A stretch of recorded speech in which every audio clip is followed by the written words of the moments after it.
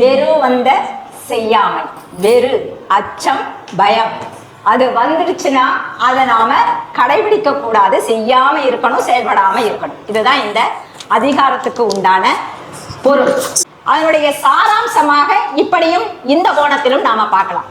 ஒரு குழந்தைய நாம கண்டிக்கும் பொழுது அந்த குழந்தைக்கு நம்ம மேல அன்பு இருக்கணும், ஆனா அச்சம் வரக்கூடாது.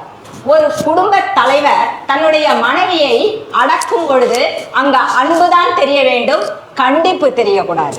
அப்போ ஒரு மன்னன் நம்மளை கண்டிக்கும் பொழுது எப்படி இருக்கணும்? வாழைப்பழத்துல ஊசி ஏற்றுற மாதிரி தண்டனைகளை கொடுக்க வேண்டும், ஆனால் செய்த தவற்றை நாம உணர்ற மாதிரி இருக்கணும். அப்படிதான் காலங்காலமா நம்மளுடைய நாட்டுல மக்களாட்சி நடந்துகிட்டு இருக்கு. இனத்தாற்று எண்ணாத வேந்தன் இனத்தாற்றி சீரின் சிறுகும் திரு.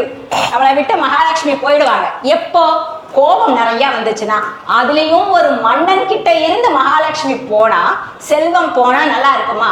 எப்ப போகும் அப்படின்னா, இந்த மாதிரி பய உணர்வு அச்ச உணர்வு இருக்கிறவங்களுக்கு நிறைய சினம் வரும், கோபம் வரும். அப்போ கோபம் வரும் பொழுது இந்த மாதிரி நமக்கு கோபம் வருகின்றது என்பதை உணர்ந்த அந்த வேந்தன் என்ன பண்ணணுமா? மதிநுட்பம் நிறைந்த மனிதர்களை, ஆளுமைகளை, அமைச்சர்களை தன் பக்கத்துல வச்சு தன்னை சமாதானப்படுத்தி நாட்டு மக்களை காப்பாற்ற வேண்டும் என்றும் கூறுகின்றார்.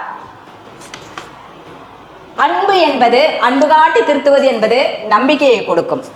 அச்சப்படுத்தி ஒருத்தவங்களை நாம கண்டிக்கணும்னு நினைக்கும் பொழுது அது நம்ம மேல வெறுப்பை ஏற்படுத்தும். பயந்து பயந்து பின்னால நமக்கு பின்னாடி வந்தாங்கன்னு வச்சுக்கோங்களேன், அவங்க ஒரு காலகட்டத்தில் என்ன பண்ணிடுவாங்க? விலகி போய் விடுவார்கள். ஒருவேளை நம்மளை மதித்து நாம சொல்ற ஒரு கருத்து நல்லா இருக்கு, பரவாயில்ல, இவங்களை நாம கடைபிடிக்கலாம் அப்படின்னு வராங்க இல்லைங்களா?